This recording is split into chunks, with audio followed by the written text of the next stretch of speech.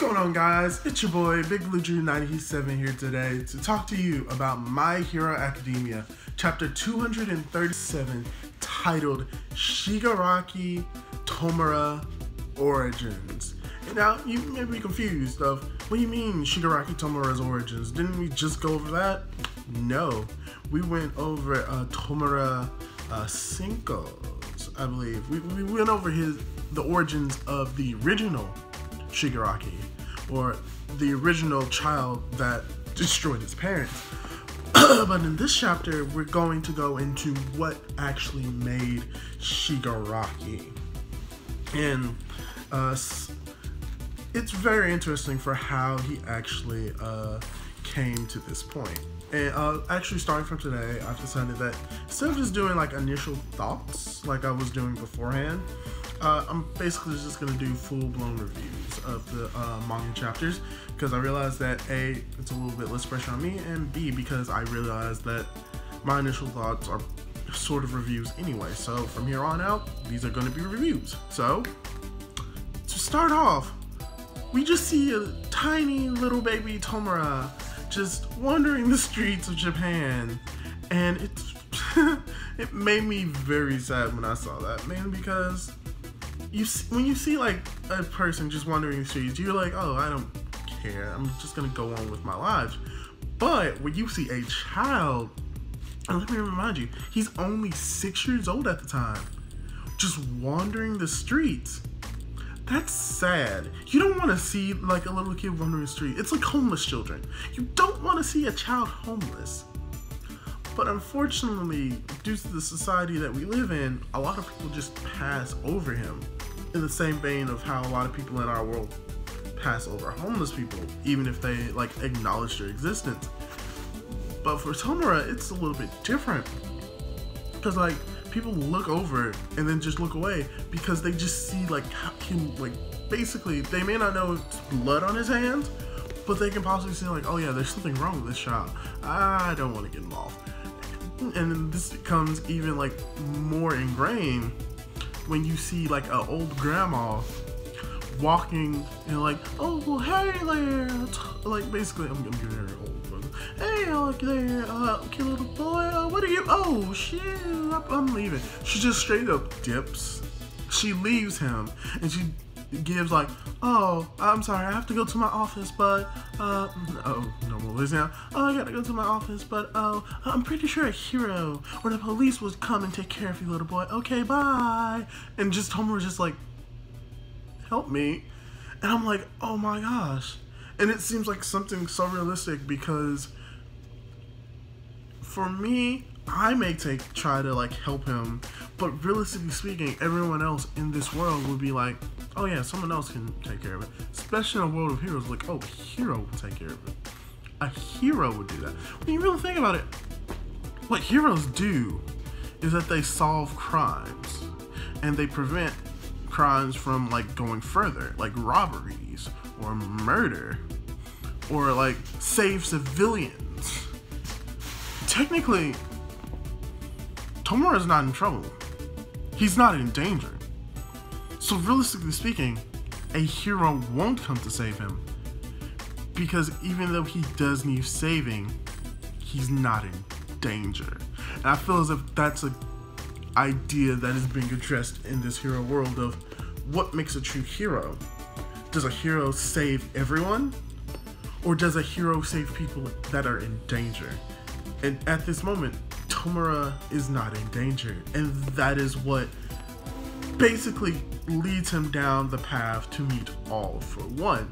He basically goes to this world and is like, someone help me, and we just get a big panel of just him, like a landscape of the city, and just see most people just looking at him, being afraid of him, ignoring him.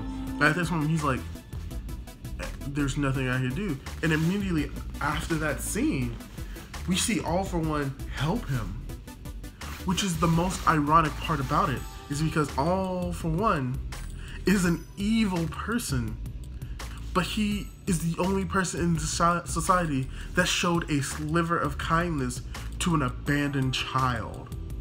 That is a great juxtaposition of just pure evil still being able to commit an act of kindness. and that those who may find themselves as morally just can be seen as evil by not lending a hand. A single gesture of kindness, which probably is the reason why like Shigaraki's like, I'm gonna follow this dude, because yeah, he may be evil, but at least he's showed me any form of kindness. He helped me, which is into like his talk with basically Shigaraki. He's like trying to probe like what's going on with him, which he knows what happened. Like he it's not in the chapter, it doesn't say that he planned it all, but I'm pretty sure he saw this coming. At the very least, he knew that this was gonna happen. So he basically talks to Shimura, and he's like, "Oh, everything's gonna be all right. Like, what are you looking for?" He's like, "I just want to destroy, basically." And this is even built upon when like he gets bullied by like some two dudes. He's like, "Get out the way," and he wants to kill them, but then he just goes against it. And then it ties into another scene of All For One talking to Shigaraki, and he's like, what did you want to do to those bullies? He's like, I wanted to kill them. And then he goes into just this speech about, morals, ethics. These are all created by a man who wants harmony. And he's like, who really wants that? What you want is destruction. And you should be allowed to do that, is basically like what he is saying. It's like morality, all of these are just constructs of society. They don't like physically exist, so you shouldn't. And if you want to do something, you should act upon it. And later on, we see he acts upon it. He wanted to kill those thieves, so he straight up murders them. And this ties into the final parts of this chapter, where he basically goes up for All For One, and it's like, well, All For One goes up to him and it's like, I have two presents for you. One, the hands of your dead family. It's like, it wasn't even funny. Tomura looks down and is like, hands? What about the second part? It's like, just put them on. And he puts them on his black clothing, and it's creepy when he has the hands on him when he's like an older person, but like it's even worse because they're just like all like together, and it just looks even worse when he's a child. But then like once he puts them on, you just hear him say Shigaraki Tomura, and like he just repeats it like Shigaraki Tomura. And what is very cool is that this isn't really a direct translation to it, but in the chapter, at least for the scans, it says that Tomura equals to mourn. And when it comes to the idea, it's like to mourn is to be sad, which is basically like how he is now. Like what happened, he didn't mourn for his family, and he's basically going to be kind of like the symbol of terror. And through this symbol of terror, there will be a lot of mourning, because there will be a lot of death and destruction, which is a great tie-in to his name. But the best tie-in to his name is Shigaraki. What is Shigaraki? It's nothing special. Doesn't have really that much meaning. It's just, All For One's last name. Wow, that was a real shocker because, well, first of all, that means that we've known All For One's name the entire time. And second of all, it kind of confirms that One For All and All For Ones, we at least know their last names as Shigaraki. That was just something that you just didn't expect, but it makes sense. He's basically the son or adopted son of All For One. And when All For One can view Shigaraki as a son, so it makes sense for him to have his last name. But that was just like something like I just never would expect it from the chapter, and I don't think anyone else would have. So for the last few pages of the chapter, we just go into the present. So we're about to go back into the Liberation Army versus the League of Villains, and we just get this moment of utter destruction by Gigantomachia just running through the streets. And everyone's realization, especially Compress, who comes to the realization of, oh shoot, he has been holding back this entire time, and just going through the city, and then you just see him call out to Dabi, I'm pretty sure. And it's like, Dabi, finish this. We have to go save Shigaraki. And then you don't see Dabi's face, and you see the ice guy. They're fighting, and the ice guy's thinking like, oh shoot, they were playing us the entire time. And what's even better is that you see Twice, or you see Babagoosh. I just really want to say his name. That's not how you say it, but I really like his last name. Twice basically is like, oh, and Gigantomachia is heading towards Shigaraki. And then you just see the last few panels, and you just see like Shigaraki holding the hand of his dead father, and he's basically saying, I don't need this. And it just shows like at that moment when he crushes his father's hand, he just becomes pure evil. He has thrown away his past and accepts what he is now as the embodiment of pure evil, which is just amazing when I think about it. When it comes to just pure evil villains, you think, oh, they're just evil for evil's sake. Yeah, but in Shigaraki's case, he's evil for evil's sake, but it was formed by his possible nature and the environment that he went in. So it's basically the embodiment of evil with a purpose and a backstory.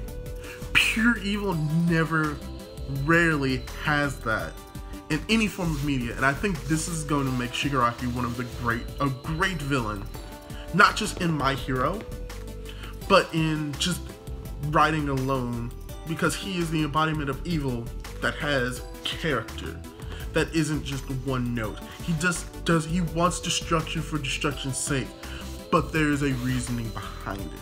You can be born evil, you can be made evil. What Shigaraki is, he was someone who wanted to be good, had evil inside of him from birth, and the world shaped him into a villain. But the fun thing about it is, this shouldn't have happened. If society was able to take care of the young Shigaraki at a younger age, or even when he was wandering the streets, if someone had just lended him a hand, then this would never have happened. He, most likely than not, he would have never been a villain.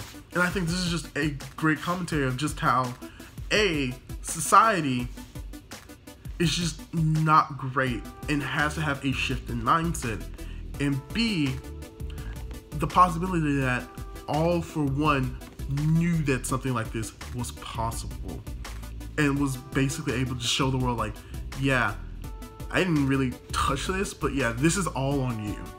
So all in all, I think this is a very good chapter. If I were to give it a rating, I would probably give it like a 4 out of 5, if not a 4.5 out of 5, because I think it was a really good chapter.